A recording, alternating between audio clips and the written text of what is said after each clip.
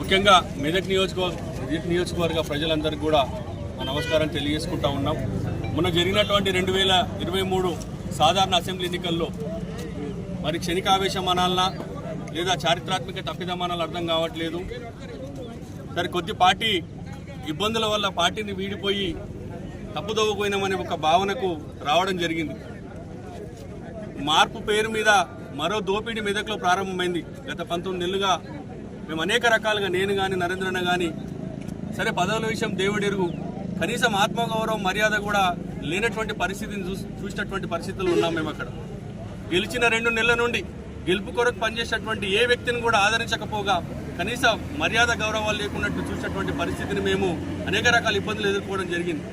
మరి ముమ్మాటికి మాకు అర్థమైన విషయం ఏంటంటే, ఈ తెలంగాణ రాష్ట్రంలో మరి అప్పుడే పుట్టిన చంటిబిడ్డ తల్లి దగ్గర ఉంటే ఎంత క్షేమంగా ఉంటుందో, ముమ్మాటికి తెలంగాణ కూడా కేసీఆర్ గారి చేతుల్లో ఉంటే అంతే క్షేమంగా ఉంటుందని ఒక భావనతోని మరోసారి మేము చేసినటువంటి పొరపాటును యావత్ మెదక్ ప్రజానికి మమ్మల్ని క్షమించాలని మనస్ఫూర్తిగా వారికి కోరుకుంటూ, మరి ఈ రోజు మమ్మల్ని అందరినీ కూడా ఆహ్వానించడానికి మరి సొంతింటికి తిరిగి వచ్చిన సందర్భంలో టీఆర్ఎస్ పార్టీ కుటుంబ సభ్యులందరూ కూడా పేరు పేరున మరి శిరస్సు వంచి వారికి నమస్కారాలు తెలియజేస్తూ, భవిష్యత్తులో మరి ఇక్కడ ఉన్నటువంటి